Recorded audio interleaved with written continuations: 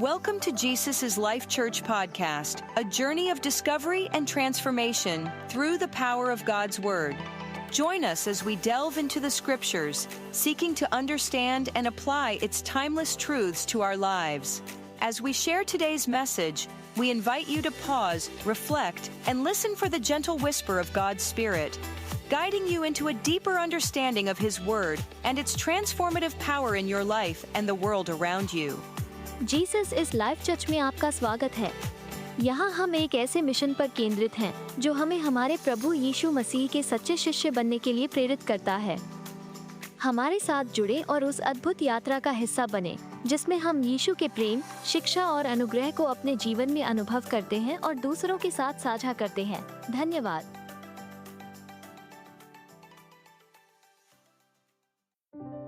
Praise the Lord. आप सभी को जय मसीह की। खुदावन यस्सु के पाक और जलाली नाम में आप सभी को सलाम। Greetings to you in Jesus mighty name. मेरे भाइयों, मेरी बहनों, बेसिक टीचिंग की सीरीज में मैं आप सभी का स्वागत करता हूं। जो सब बेसिक टीचिंग को लेकर हैं, दुआ कैसे करनी है, बाइबल को कैसे पढ़ना है, प्रभु भोज का मतलब क्या है, पानी का बपतिस्मा क्या है, पवित्र आत्मा का बपतिस्मा क्या है, और भी बहुत सारी चीजें जो हमने वहां पर एक्सप्लेन की है। हर एक के साथ आर्टिकल है। आप चाहें तो इसी चैनल के नीचे आप देख सकते हैं। आज मैं विशेष उन लोगों के लिए बात करना चाहता हूं जिनके अंदर भूख तो है बदलने की, लेकिन वो बदल नहीं पाते। अगर ईमानदारी और सच्चाई से कहूं तो मैं भी उनमें से ही हूं। मैं नहीं कहता हूं कि मैं बहुत सारी बातों से मुक्त हो चुका हूं, लेकिन आज जो वे मैंने अपनाया है मैं वही वे आपको सिखाऊंगा और इसी वे से हम डिलीवर और आजाद हो सकते हैं। मैं आपके लिए एक वचन पढ़ रहा हूं जो इस समय आपके स्क्रीन्स पर है। यूहन्ना का 1 अध्याय और उसका 46वां वचन। नतनएल ने उससे कहा, क्या कोई अच्छी वस्तु भी नासरत से निकल सकती है? फिलिपुस ने उससे कहा, चल कर देख ले। यीशु ने नतनएल को अपनी ओर आते देखकर उसके विषय में कहा, देखो यह सचमुच इजराइली है, इसमें कपट नहीं है। मुझे लगता है कि हम बहुत बार चाहकर भी अपने आप को बदल नहीं पाते। हम चाहते हैं कि हम बदलें, जैसे कि एक चीज, बहुत सारे लोग जो हैं वो सेक्सुअल थिंग्स में, वासनाओं में, वे हमेशा प्योर रहने की कोशिश करते हैं, लेकिन वो रह नहीं पाते। वो कई बार टेम्प्ट होके पॉर्न वीडियो देख लेते हैं, कई बार किसी पे बुरी नजर डाल देते हैं, कभी कभी वो किसी को देखकर अपने मन ही मन गंदा सोचते हैं। कभी कभी हम सोचते हैं कि हम अब किसी की बुराई नहीं करेंगे, लेकिन हर दिन हम कई बार लोगों के बारे में बुरा कहते हैं, एडिट करके बोलते हैं। और कई बार ऐसा भी होता है कि हम कुछ चीजें चाहते हैं कि जो ईविल हैं वो हमारे अंदर न रहें, पर हम उन पे जय नहीं मिल पाती हमें। आज मैं आपको बताना चाहता हूं, अगर आप भी मेरी तरह हैं, स्ट्रगल कर रहे हैं, आपको लग रहा है कि ब्रदर यस ये मेरी डिजायर है, मैं फ्री हो जाऊं, लेकिन मैं हो नहीं पा रहा हूं, तो आज मैं आपको एक वचन बता रहा हूं। जब यीशु सेवा करना शुरू करता है, आप जानते होंगे वो बैतलहम में जरूर पैदा हुआ, लेकिन वो बैतलहम में रहा नहीं, वो रहा नासरत में। आप आराम से नासरत के इतिहास को किसी ऐतिहासिक किताबों में पढ़ के देखिए। नासरत गुनाह से भरा हुआ नगर था। वहां पर ऐसे बहुत सारे बुरे काम होते थे और कोई भी बिलीव नहीं करता था कि वहां से कोई व्यक्ति पवित्रता में चल सकता है। आज भी कई सारे जो हमारे प्रभु में भाई बहन हैं, उन्हें लगता है दुश्मनों से प्यार करना, सताने वालों के लिए प्रार्थना करना, ये कहाँ हो सकता है आजकल। इस बुरी दुनिया में हम नहीं जी सकते। और अगर हम उन्हें कहेंगे कि यीशु जीता था, तो वो कहते हैं वो तो खुदा था, मैं तो इंसान हूं। लेकिन क्यों हम भूल जाते हैं उसी खुदा ने अपना ये भी नाम बताया कि मैं मनुष्य का पुत्र हूं। आई एम ऑर्डिनरी मैन, मैं भी तुम्हारी तरह हूं। इवन प्रेरितों के काम में जब पवित्र आत्मा उतरा, उनको अभिषेक मिला, तो उन्होंने प्रभु यीशु मसीह के बारे में पहली चीज उन्होंने ये शेयर की चेलों ने कि वह मनुष्य था।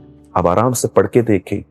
मेरे भाइयों, मेरी बहनों, जब प्रभु यीशु मसीह वहां से निकले, यरदन नदी पे आए, उन्होंने बपतिस्मा लिया और बपतिस्मा लेने के बाद जब उन्होंने अपनी सेवा शुरू की, तो आपने देखा होगा उसने अपनी सेविकाई वैश्याओं के बीच में चुंगी लेने वालों के बीच में, गुनहगारों के बीच में शुरू की। कोई चीज उसमें से उन्होंने लर्न नहीं की, लेकिन यीशु की जिंदगी से उन्होंने बहुत कुछ लर्न किया। और जब एक चेले को पता चलता है कि ये ही मसीह है, तब वो नतनएल के पास जाता है और कहता है मैं मसीह से मिल चुका हूं। तो वो कहता है वो कौन है? तो वो कहता है नासरत का यीशु, वह यूसुफ का पुत्र यीशु नासरी है। नतनएल ने कहा कोई अच्छी वस्तु वहां से निकल नहीं सकती। अब आपको जब ये वर्ड सुनते हो तो इट्स नॉट साउंड गुड, ये ठीक नहीं लगता सुनने में। हमें लगता है कि कोई प्रभु के लिए ऐसे कैसे बात कर रहा है। लेकिन आप देखिए, यीशु ने उसकी स्टेटमेंट को प्रेस किया, उसे आदर दिया। प्रभु ने कहा देखो ये सच्चा इजरायली है, इसमें कोई कपट नहीं है। आप जानते हो यीशु ने किस व्यक्ति को अप्रिशिएट किया? वो जो अंदर से और बाहर से सेम था। जो उसके दिल में था वो उसके जुबान पे था। उसे लगा कि नहीं, वहां से कोई भी चीज अच्छी नहीं आती। उसने वो कहा, यीशु ने कहा देखो इसमें कपट नहीं है। कपट का मतलब होता है हिपोक्रेसी, पाखंडीपन, ढोंगीपन। इट मीन्स जितना मैं हूं मैं उससे अधिक नहीं दिखा रहा। जो ये है अंदर से यही बाहर है।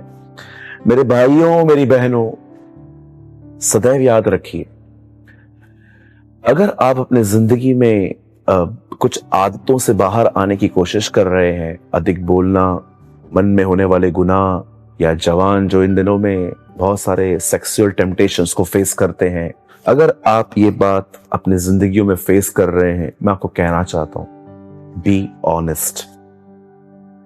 प्रभु यीशु मसीह ने एक व्यक्ति की ईमानदारी को सराहा।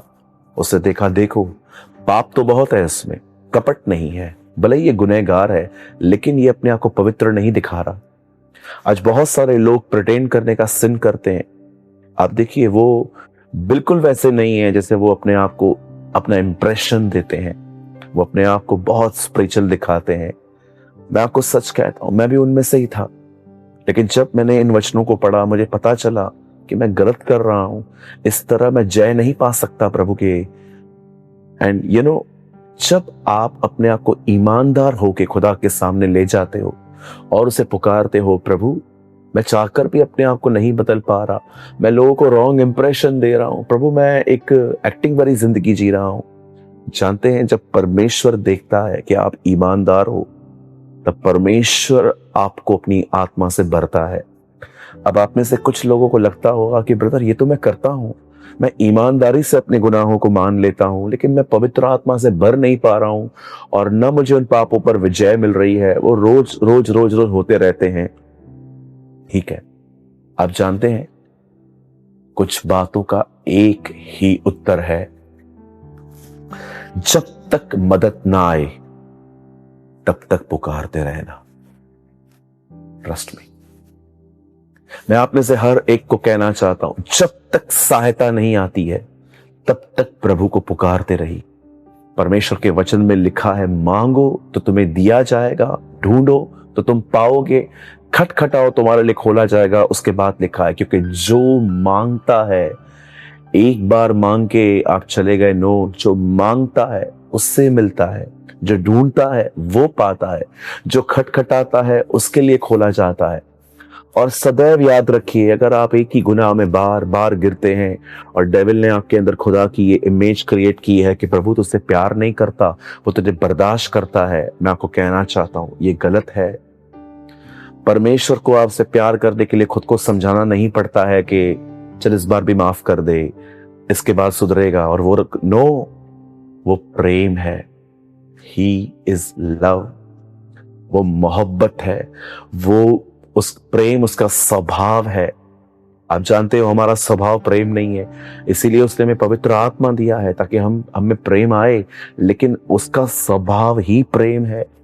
जब वो प्रेम करता है तो वो अपने आप को स्ट्रगल नहीं करता कि मुझे करना पड़ेगा क्योंकि ये मेरी संतान है, इसने यीशु को स्वीकारा है। No, he loves you. आप जैसे भी हैं, कैसे भी हैं, आप कितना भी नीचे आए हैं, चाहे हो सकता है कि आप एक सेवक हैं और आपसे पाप हुआ है, He still loves you। और दो चीजें वो आपसे चाहता है। पहली चीज, आप ईमानदार बने, बिल्कुल नतनएल की तरह ईमानदार बने। जो आप अंदर से हैं वैसे ही आप बाहर से बने। और दूसरी बात, तब तक उसे पुकारें जब तक वो आपको जय न दे। बाइबल में से बहुत से लोग हैं जिन्होंने प्रभु को पुकारा। इज़राइल के लोगों ने प्रभु को पुकारा। बरतिमाई का बेटा जो एक अंधा भिखारी था, जिसने यीशु को कहा, हे दाऊद की संतान मुझ पर दया कर। आप देखिए उसकी पुकार को बंद करने के लिए कितने लोग आए। आप देखिए कई बार शैतान बहुत सारी चीजें आपके आसपास इकट्ठी कर देगा, ऐसे लोगों को यूज करेगा कि आप पुकारें नहीं, क्योंकि वो जानता है अगर ये पुकारेंगे वो सुन लेगा। मुझे बहुत अच्छा लगता है ये वचन, जब उस अंधे भिखारी ने यीशु के बारे में सुना कि वो वहां से जा रहा है, उसने कहा, हे यीशु, हे दाऊद की संतान मुझ पर दया कर। और लिखा है वो तब तक पुकारता रहा जब तक यीशु तक वो पुकार नहीं पहुंची। और जानते हो, जब यीशु तक पुकार पहुंची तब उन्हीं लोगों ने जिन्होंने उसे रोकने की कोशिश की थी, उनको उसकी आवाज इरिटेट कर रही थी, अब वही लोग उसे कहते हैं, चल वो तुझे बुला रहा है। और जैसे वो यीशु के सामने गया, यीशु ने कहा, मैं तेरे लिए क्या करूं। यीशु जानता भी था कि वो अंधा है, फिर भी उसे पूछता है, क्योंकि वो जेंटलमैन है। वो उसे कहता है, ठीक है तू अंधा है मैं जानता हूं, लेकिन क्या तू चाहता है कि मैं कुछ और करूं। Is such a gentleman. ये इसका एक जेंटल नेचर है, नम्र स्वभाव है कि वो सब जानता है, फिर भी आपसे पूछता है, ओके कुछ और करना है, मैं वो भी करूंगा।